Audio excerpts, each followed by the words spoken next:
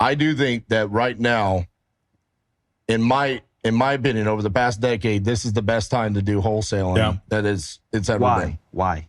Because of the technology. It has so far eclipsed what has existed. Who cares about where the market is in comparison to 2019 and 2021? I don't care about the fact that there's not 5,000 hedge funds buying. Yeah. Right?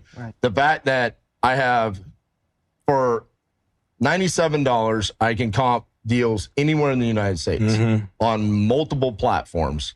The fact that, you charge a shitload for Investorlift. Rightfully so. I know what it's worth. Absolutely. Rightfully so. But the fact that I can be on the phone with a seller that I spent $55 for the lead. Yeah. Okay.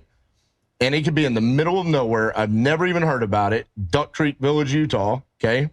Immediately go into Investorlift and see I have 2,500 buyers and I know what they bought properties, where they bought them, how much they bought them for, and how long they owned them and when they sold them.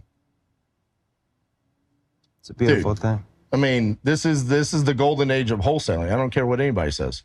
Fuck the hedge funds. You're welcome. I'm just saying, the technology far exceeds. The market is always going to go like this. Yeah. But where the technology is going. It's just getting started. Like, know, we charge a lot because we reinvest everything back. Like, this is a nice place.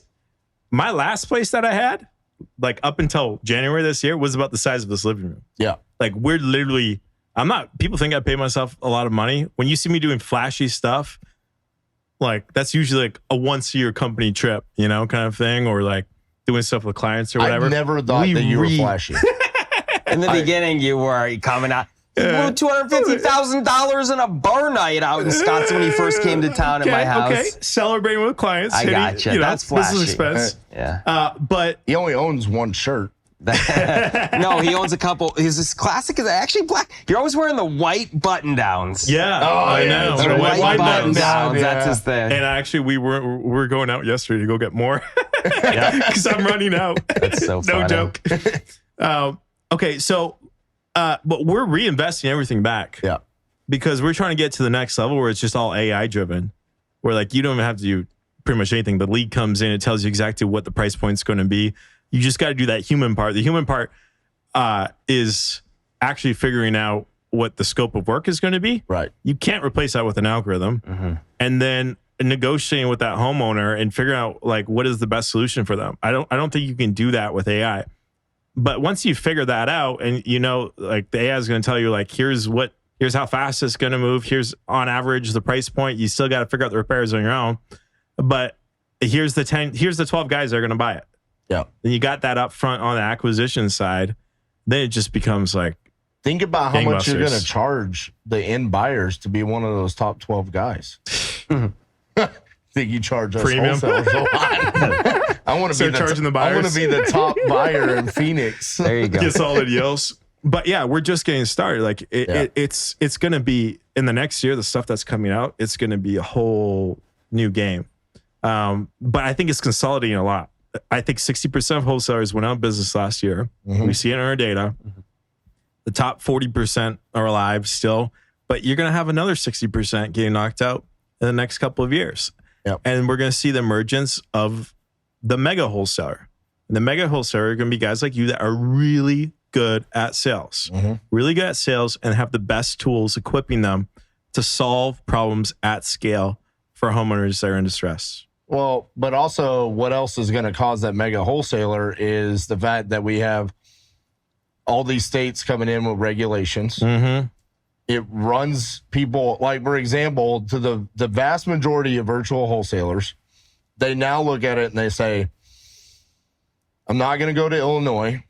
I'm not going to go to Nebraska. Yeah. I'm not going to go to South Carolina. I'm not going to go to Oregon. Okay, just to name, and Oklahoma. Let's just name those 5 states, okay? 2 of those states are in my top 10 highest volume states out of all 50. Okay, Oklahoma and Illinois. Now, when you eliminate competition in those markets, I'm going to find the loophole. I'm still going to do my deals in Illinois. I'm still going to do my deals in Oklahoma. Whatever I have to do, okay? Yeah. I will do it. what happens when I know that every mom and pop wholesaler that was in Oklahoma and Illinois went away? You pounce. I have no competition. Right. Yeah. So if I'm on the phone with a seller in 2021, I know that seller, when she says 50,000, she gets off the phone with me, she's going to talk to another wholesaler. Mm-hmm. I now know there's nobody else to talk to, sweetheart. Mm-hmm. Your 50,000 is my 25,000. Mm. The people that these regulations are trying to help, the sellers, it's hurting them, is going to kill them. Yeah. But also your other strategic advantage, because you're a mega wholesaler and you also have liquidity, is you have the ability to actually take down and close and execute and then just retail it. Right. That's going to be major. That's huge. So you're going to be well capitalized. Yeah, we had a great episode, by the way, on this with Jerry Norton. Guys, if you haven't seen that, we'll link to that. Can we put it up here we'll put it up as an overlay, guys. Definitely check that one out about all the new regulations that are going into effect. But we came to the same conclusion that we're like, hey, it's gonna kill the small guy. Yeah. It's gonna raise a massive barrier to entry. But at the end of the day, if you run a good shop, you know what you're doing. It's building a competitive moat around your business. It helps us.